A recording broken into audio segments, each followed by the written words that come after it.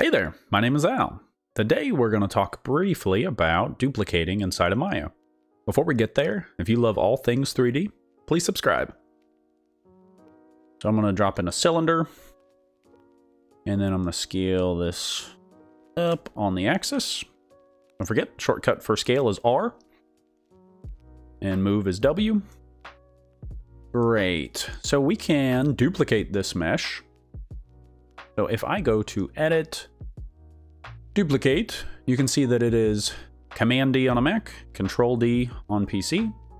So if we were to do that, Control D, it has made a copy, a duplicate, right in the same place. That means I would need to move it. Typically, I press Shift D, so I'm going to show you the difference there. So if I select this and press Control D, scooch it over. Let's do that again. Control D, I can scooch it over. You'll notice that the spacing is inconsistent because I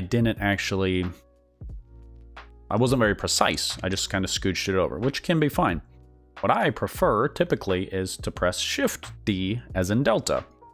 So if I select this cylinder, press Shift D as in Delta, and then move it.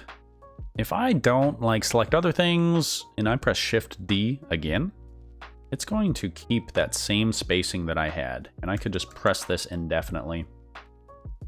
So typically I like Shift D, and all that is duplicate with transform. That's what we're doing. So Shift D as in Delta. Thanks for sticking around for the video. If this was helpful to you, please consider subscribing, and I will see you next time.